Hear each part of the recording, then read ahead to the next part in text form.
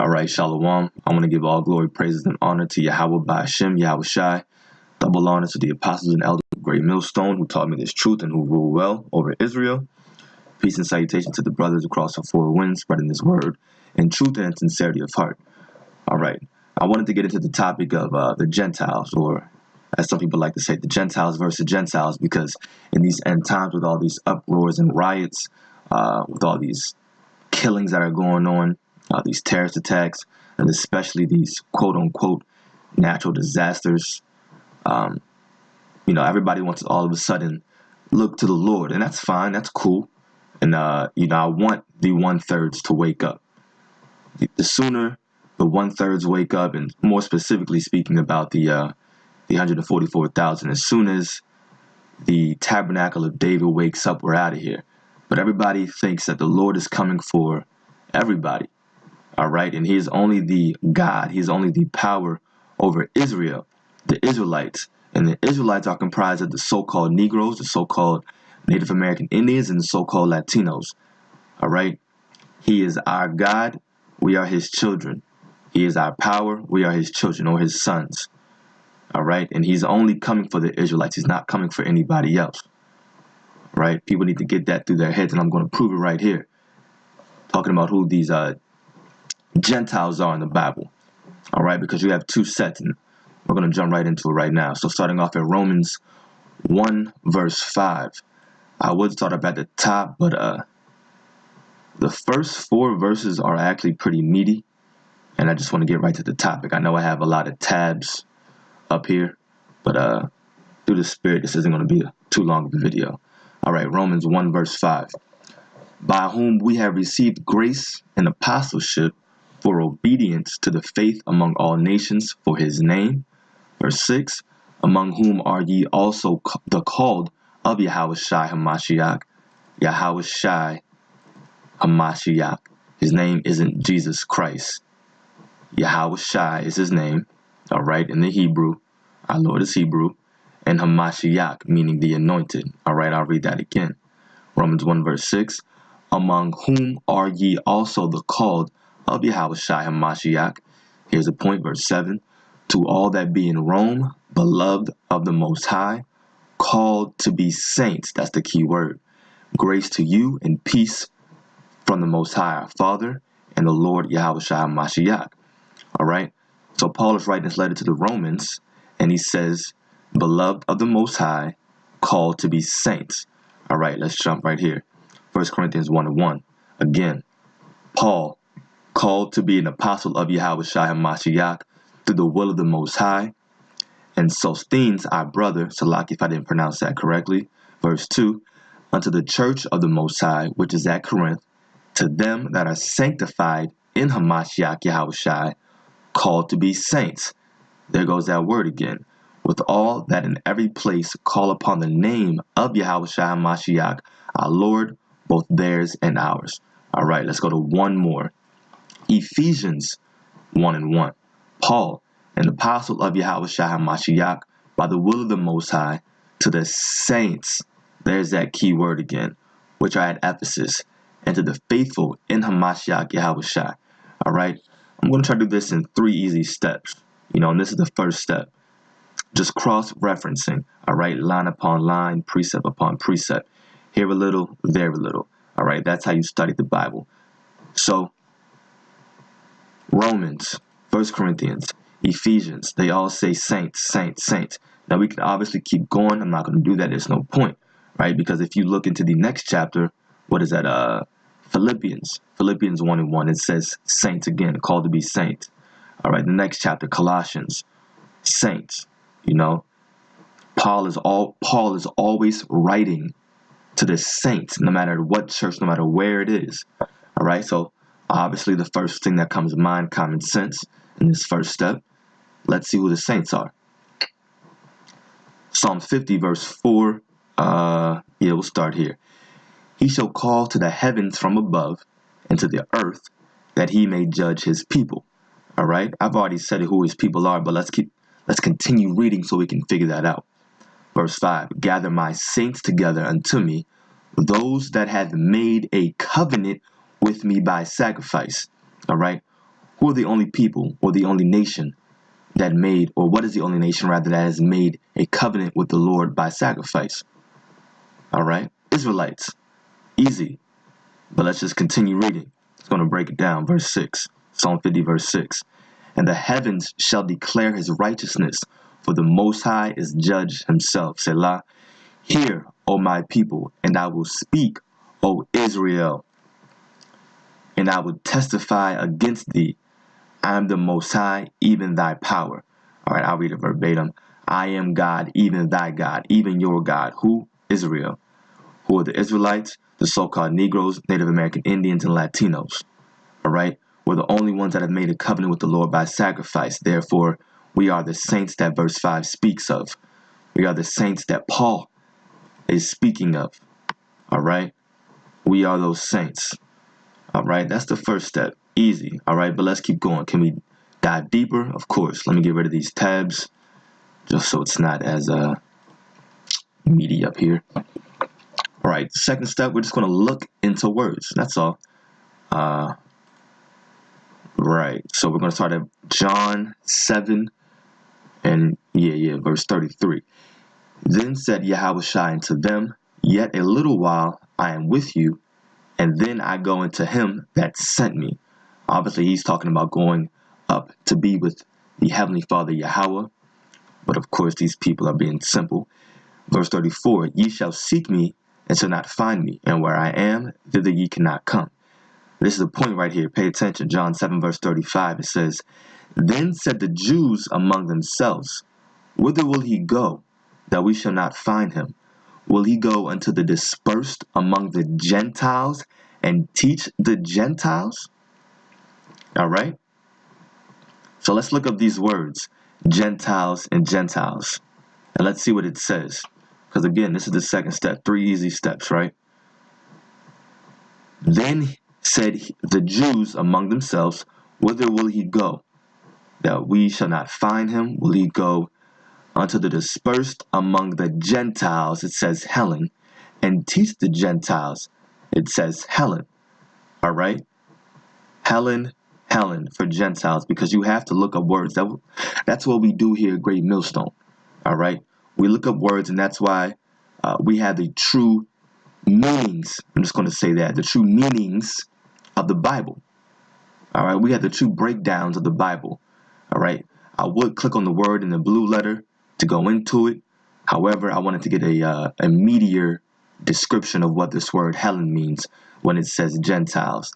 Because obviously, English wasn't the first language. It was Hebrew. All right? But when we're talking about the New Testament, it was transliterated in the Greek. So we have to look up our words to truly understand what the Bible is talking about. So I found this article online. It's the Jewish Virtual Library.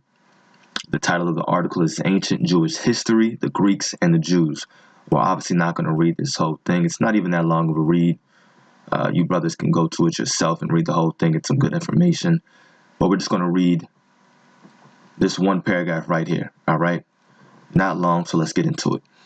During this period, Jewish history takes place in several areas in Judah and Mesopotamia and other parts of the Middle East and Egypt.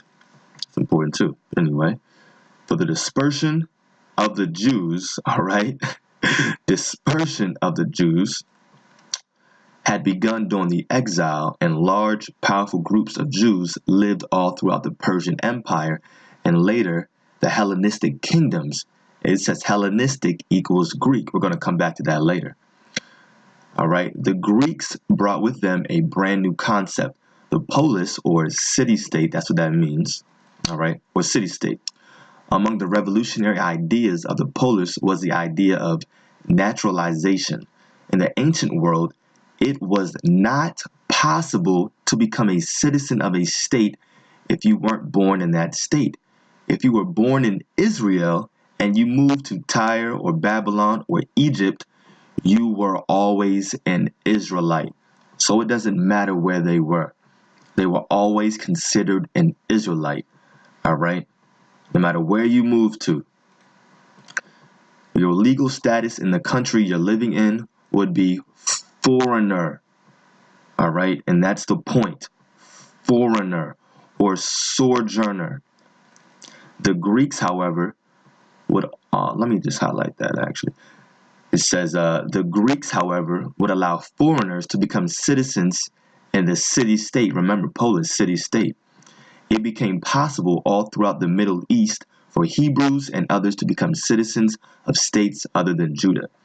This is vital for understanding the Jewish dispersion again, for the rights of citizenship allowed Jews to remain outside of Judea and still thrive. So they lived as foreigners outside of, I'm just going to say Israel, and they still thrive, as I believe this next sentence says. In many foreign cities throughout the Hellenistic world, the Jews formed unified and solid communities. Jewish women enjoyed more rights and autonomy in these communities rather than at home. All right? So they actually liked and they enjoyed living outside of Israel. And what were they called? Your legal status in the country you're living in would be foreigner. It says you were always an Israelite. It doesn't matter if you moved out. And that's the case right now. All right? Even till this day, we're still Israelites. Why? Because the Lord created nations. He created nationalities. He created a people. All right? Whatever your father's seed goes back to, that's what you are. All right? And yes, there is such thing called confusion in faces.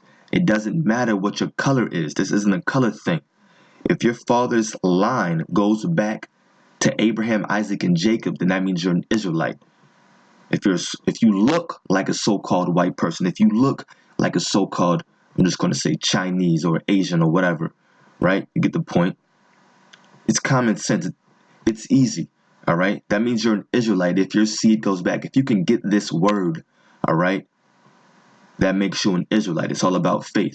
But going back to the point, all right, these Israelites that were living outside of Israel were called foreigners or sojourners, right? Israelites, Israelite foreigners. All right, so let's go back here, right? Helen. Someone that's a Helen is an Israelite foreigner.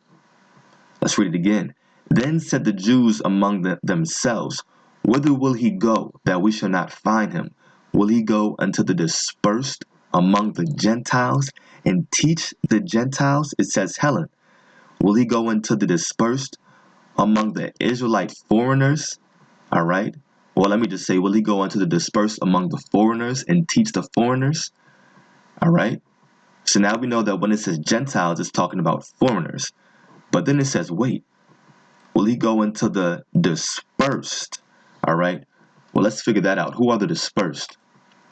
Hosea 8:8. Israel is swallowed up. Now shall they be among the Gentiles as a vessel wherein is no pleasure. So Israel, the Israelites are dispersed among the Gentiles. And if we look up this word, Israel is swallowed up. Now shall they be Salakia, among the Gentiles. What is that word? I don't know how to pronounce that actually. Strong's H 1471. Goy. Goy. Goy. All right.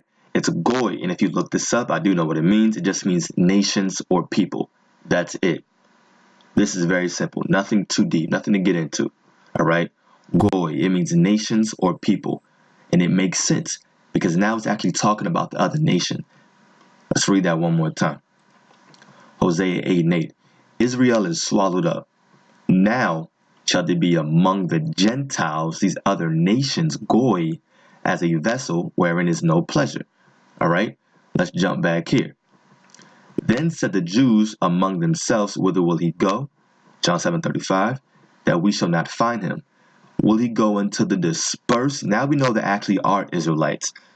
So instead of just saying foreigners for Gentiles, we can say Israelite foreigners. Will he go unto the dispersed among the Israelite foreigners and teach the Israelite foreigners? All right. Foreigners outside of their country, you were always an Israelite. All right. So that's the breakdown of John 7:35. All right. And that's the second step, going into words. Also, I said I wanted to attack Hellenistic equals Greek, and that's true, and I'll prove it right here. John 12, verse 20. And there were certain Greeks among them that came up to worship at the feast. What is this feast? Let's go up to the first verse. Then Yahushua, 6 days before the Passover, came to Bethany. All right, I'm not going to keep reading. That's the point. All right. Then Yahushua, 6 days before the Passover. That's the feast. All right, let's jump back down to verse 20. John 12, verse 20. And there were certain Greeks among them that came up to worship at the feast. We go and we look up that word. And there were certain Greeks. What does it say? Same. G1672. It's Helen. All right. Helen, an Israelite foreigner. All right. And how do we know this too? Because what did I say? This was a Passover? Con. John 12:22. Who can serve? Who can be at the Passover? This is common sense too. Only Israelites. All right.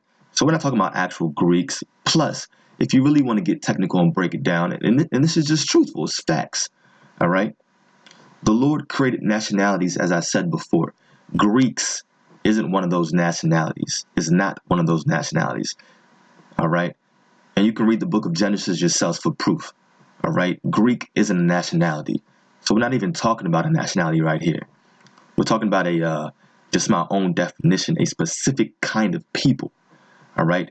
And our people were calling themselves, or rather, I would say that our people that were of the circumcision were calling the uncircumcised, all right, the people that put on the ways and nationalities and not nationalities, but cultures, all right, and especially the tongue, the language of these different nationalities. They were calling them Gentiles, all right, and it makes sense. If you don't have the ways of the Lord, if you're not walking and abiding and living by the laws, statutes, and commandments that the Lord gave Israel, all right, that means you're living by the laws, statutes, and commandments, the cultures, the ways, the language of another nation. And so, of course, our people are calling those people Gentiles because you're not of, quote unquote, us. All right. So again, John 12 and 20. And there were certain Greeks, and that word Greeks, as I looked up, it's Helen. All right. Greeks. Helen. So Greeks, the word Greek rather, and Gentiles are interchangeable. But that's also proof that Helen means Greek. All right. Helen is Greek. So when you see Greek, when you see the word Greek and Gentiles, most of the time in the Bible, they're talking about Israelite foreigners. Helen, Israelite foreigners. All right. That's the second step. The third step, and we're going to get out of here. Again, don't want to make this too long. It's not even that complicated of a topic.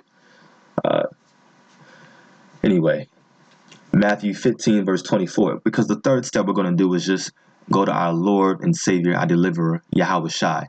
And let's see what he said. Let's see what his ministry was all about when he came down. All right. Matthew 15 and 24. And I'm not going to really talk too much about these next three verses because they're, again, the point has been made, but this is just a nice solidifier, if you will. All right. The icing on the cake.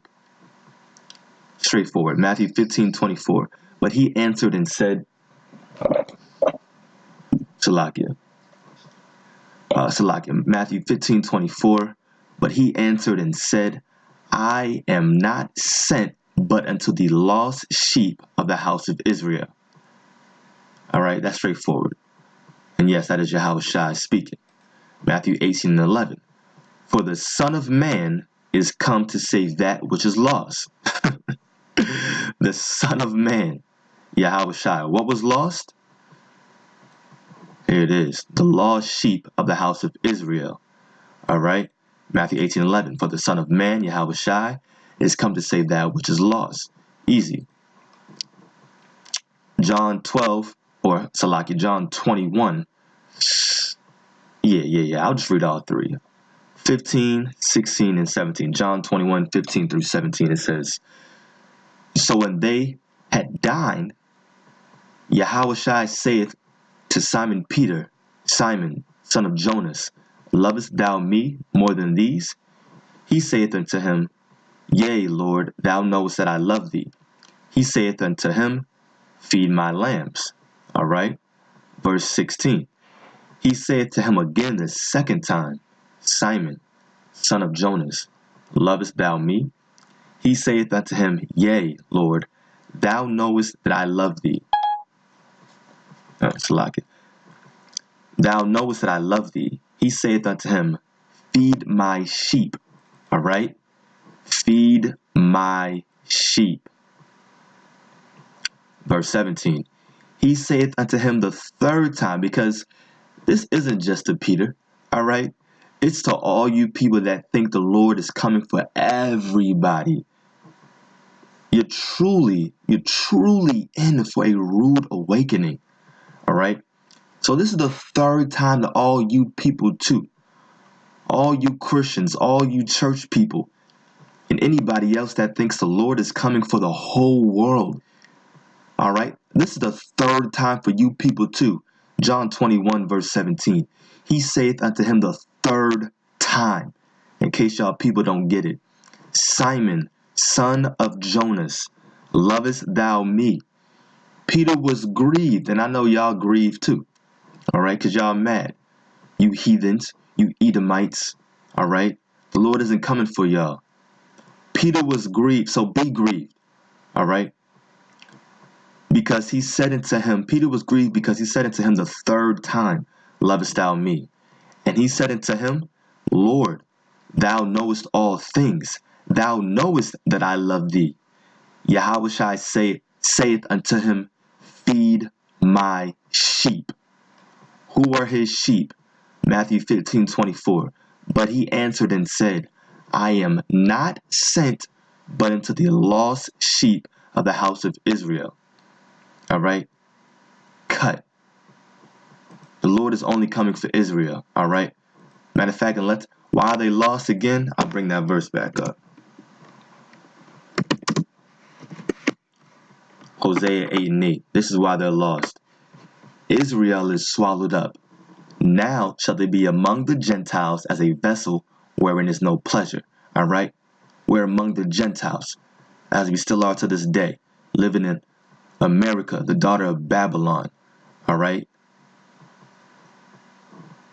Among these Gentiles, among these heathens, among these disgusting and filthy and wicked and gay Edomites. All right? So we are swallowed up.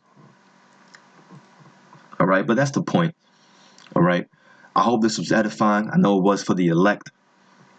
All right? Just want to say double honors to the apostles and all this. Well, first of all, call Allah Yahweh by Hashem Yahweh Shai. To lock it. Let me say that one more time. Call Allah Yahweh by Hashem Yahweh Shai. All right? Double honors to the apostles and elders of Great Millstone who rule well and who taught me this truth. Peace and salutation to the brothers across the four winds, spreading this word and truth and in sincerity of heart. Till the next time, Shalom.